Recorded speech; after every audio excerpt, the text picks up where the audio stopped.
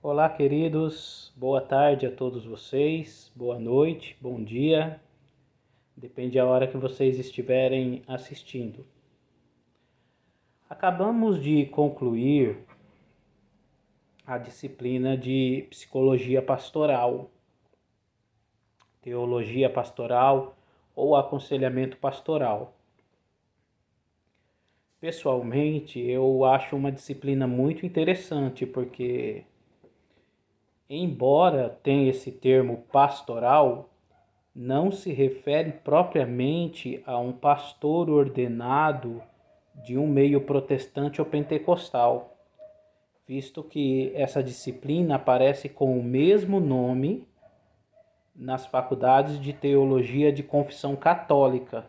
Percebam que não há um pastor nas entidades eclesiais católicas, mas geralmente padres que exercem atividades pastorais, porque eles entendem que a atividade pastoral está ligada à poimênica, ao cuidado. E como nós vimos na aula, a poimênica, o cuidado e todas aquelas técnicas teóricas que podem ser desenvolvidas na prática não precisam propriamente girar em torno de um ministério episcopal ou eclesial. Essas questões também podem ser colocadas em práticas na vida cotidiana em todas as áreas. Então é uma disciplina muito interessante, eu particularmente gosto muito. Entrando agora na disciplina Hermenêutica Teológica Cristã. O nosso livro-texto é esse aqui. É a Introdução à Hermenêutica Teológica de Kurtner. Quando se fala de hermenêutica, existe assim várias fases da hermenêutica. Inclusive, nas aulas nós falamos hermeneuticamente, principalmente em matérias relacionadas à interpretação bíblica. Essa disciplina ela vai muito além do que a definição etimológica do termo hermenêutica, que vem da divindade grega Hermes, que estava encarregado de trazer a mensagem dos deuses aos mortais, reinterpretando de forma que os mortais pudessem compreender a complexidade da fala dos deuses, obviamente, a partir do conceito da mitologia grega, né? A hermenêutica teológica cristã, ela segue alguns parâmetros um pouco diferentes. Então, a primeira coisa é ler os textos que eu coloquei. Ler com muita atenção aqueles textos. Vocês terão uma semana para desenvolverem as tarefas. E a segunda questão é analisar essa introdução que eu vou colocar agora para que possamos pensar hermeneuticamente a partir de uma hermenêutica cristã. Porque existe a hermenêutica filosófica, a hermenêutica jurídica, a hermenêutica é muito plural, mas nós estamos tentando focar propriamente na hermenêutica teológica cristã.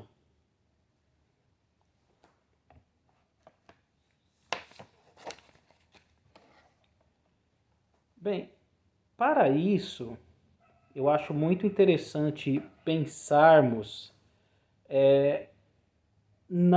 no início do cristianismo. Vamos pensar no início do cristianismo. O que é o início do cristianismo? Jesus foi cristão? Não, Jesus nunca foi cristão e nem crente. Jesus era um judeu. Agora, as interpretações de Jesus são interpretações hermenêuticas, porque existia um padrão de um livro de fé que estava muito vinculado, né, esse livro de fé, ele estava muito vinculado à religião propriamente judaica. Então nós temos a religião judaica e nós temos a Torá, que se refere ao Pentateuco, ou toda Tanakh, que se refere a todo o Antigo Testamento. E os intérpretes ou os hermeneutas judaicos da época que divergiam em sua hermenêutica. Então nós temos saduceus, fariseus, zelotes, essênios e grupos judaicos que utilizavam o texto do Antigo Testamento para notificar sua concepção messiânica e suas concepções éticas e morais. Ou seja, como um bom judeu deveria se comportar. Utilizava-se textos do Antigo Testamento e reinterpretava-os. É muito semelhante ao que as igrejas fazem com a questão do discipulado, né? Aquela pessoa adentra nova na comunidade de fé e geralmente quando ela passa pelo discipulado, alguém que já é instruído pega textos bíblicos e tenta construir um conceito aceito por aquele meio eclesial de ética e moral a partir dos textos bíblicos. Embora que o contexto daquele texto muitas vezes não se refere ao que a pessoa está falando. Eu vou dar um exemplo. Às vezes você pega um discipulado, talvez de uma igreja pentecostal, que tenta trabalhar um conceito de moralidade com essa pessoa que está adentrando naquela determinada igreja. E esse conceito de moralidade, talvez a partir das vestimentas. Então, é moral que o homem não use bermuda. Isso, claro, só estou dando um exemplo, né? E é moral que ele ande de roupa social das 6 da manhã à meia-noite. Então precisa-se agora buscar textos bíblicos para fundamentar este conceito daquele determinado grupo. Então, essa hermenêutica, ela não é bem uma hermenêutica teológica, é uma hermenêutica dogmática. O que a maioria das instituições eclesiais fazem? Uma hermenêutica teológica? Não. Uma hermenêutica dogmática, que tem a finalidade de dar embasamento aos seus dogmas. A Igreja Congregação Cristã, ela determina que as mulheres usem véu. Por quê? Porque faz uma interpretação local de 1 Coríntios capítulo 11, onde fala das mulheres, do véu e daquele trabalho que Paulo desenvolvera em Corinto, na sua segunda viagem missionária. Tudo isso é muito interessante. Logo, nós temos um trabalho contemporâneo, um pouco mais de 100 anos de idade, a Igreja Congregação Cristã, que fez uma hermenêutica aceita pelo grupo e determinou que todas as mulheres têm que usar véu. Ou seja, hermenêutica dogmática geralmente é a hermenêutica utilizada pelas instituições eclesiais, católicas, protestantes, evangélicas, na tentativa de fundamentar o seu dogma através de textos bíblicos justificando o seu determinado dogma. Hermenêutica teológica não tem nada a ver com hermenêutica dogmática. Hermenêutica teológica, ela tenta utilizar o determinado texto bíblico e averiguar o que há por trás daquele determinado texto. 1 Coríntios capítulo de número 11, onde o apóstolo Paulo ele recomenda que as mulheres de Corinto usem o véu. Por que ele recomendou? Qual era o contexto das igrejas cristãs situadas em Corinto? Ou seja, existe todo um contexto por trás e a hermenêutica teológica ela investiga isso. Ou seja, pensar em hermenêutica teológica não é pensar em versículo bíblico para autoajuda. Eu vou ler um salmo porque é bonito para eu me sentir feliz. Não. Essa hermenêutica devocional, aonde busca-se ler versículos ou caixinhas da promessa para autoajuda, para a pessoa se sentir melhor, ela é uma hermenêutica que não respeita o contexto. A hermenêutica teológica, ela quer observar o contexto. Então, até nós chegarmos em uma hermenêutica teológica com maior exatidão, demorou um pouco. Vocês verão nomes aqui no livro, nas páginas que eu postei, que são interessantes. Schleiermacher é um estudioso de muita importância e alguns dos seus alunos também foram estudiosos de muita importância. Vocês vão ver um pouco desses nomes. Bultmann, Barth, isso já são hermeneutas modernos que pendem para uma hermenêutica teológica num período que a hermenêutica dogmática, bem dizer, dominou. Ou seja, cristianismo. Primeiros seguidores de Jesus que interpretam que ele é o Messias. Então, esses primeiros seguidores de Jesus que interpretam que ele é o Messias esperado no judaísmo, fazem uma hermenêutica aplicando os textos messiânicos à pessoa de Jesus. Ele é o Messias esperado. Tranquilo. Depois, percebe-se que isso muda, porque Jesus ele passa a não ser visto só como o Messias esperado, ele passa a ser visto como alguém que é Deus encarnado entre os homens. E isso vem da onde? Porque judeu não pensa assim.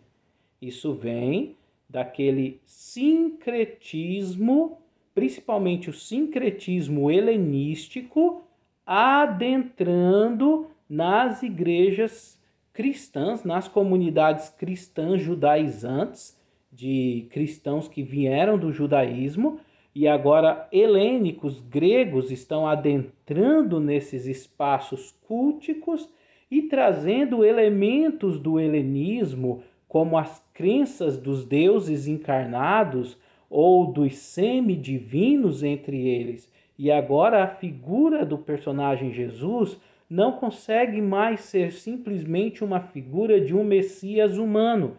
Numa realidade helênica, alguém que fizera tantas coisas só pode ser um Deus encarnado entre os homens ou alguém que tem uma centelha divina, alguém que é filho de uma divindade com uma mortal, alguém que é semidivino. Então todas essas questões vão se construindo e vão se discutindo até o século IV. E como nós já chegamos a ver, o Concílio Niceno-Constantipoloniano, Concílio de Nicéia de 325 d.C., destaca nesse momento. Quem é Jesus? Ele é o Messias esperado do judaísmo? Ele é Deus encarnado? Ele é semidivino? Então, com muitas brigas, entre Ário, Atanásio e todos os conciliares que estavam ali, chega-se na seguinte conclusão de que Jesus ele é da mesma essência do Pai. Ele é Deus igual Deus. Ele vem da mesma essência do Pai. Então, aquele credo, ou seja, aquele concílio, aquela reunião, estabelece um credo. Estabelece um credo, o credo de Nicéia, onde vai determinar a sua interpretação a respeito de Jesus. Jesus divino, alguém que é consubstancial com o Pai. Bem, a partir daí, o cristianismo ligado a essa interpretação nicena e pós-nicena, né, ela trabalhará muito essa ideia do Jesus divino, humano. Jesus, ele deixa agora de ser interpretado simplesmente como o Messias esperado e passa a ser objeto de culto.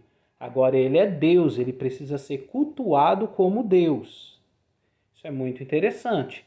E aí o cristianismo católico do século IV ao século XV tem várias hermenêuticas dogmáticas que fundamentam a ideia de Jesus, de trindade, porque posteriormente vem o Espírito Santo e aí forma os três, e demais interpretações que vão fundamentando as suas iniciações, como o batismo, e as suas liturgias, né? Suas liturgias.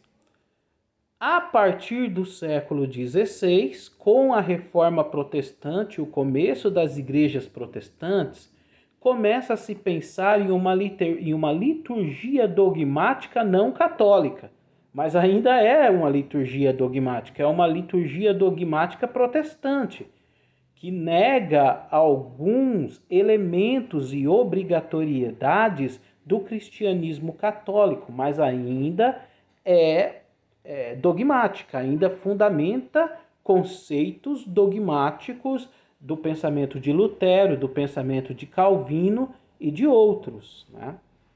Então tudo isso fica até os hermeneutas modernos, até os hermeneutas como Schleiermacher, Bultmann, Poutillich, Calbart, até esses hermeneutas, eles começarem a auxiliar na produção de uma hermenêutica teológica, que não seja uma hermenêutica dogmática, que não fundamente o dogma por trás da instituição, mas que pense em interpretar o texto pelo texto, reconstruindo contexto histórico, cultural, político, econômico e etc.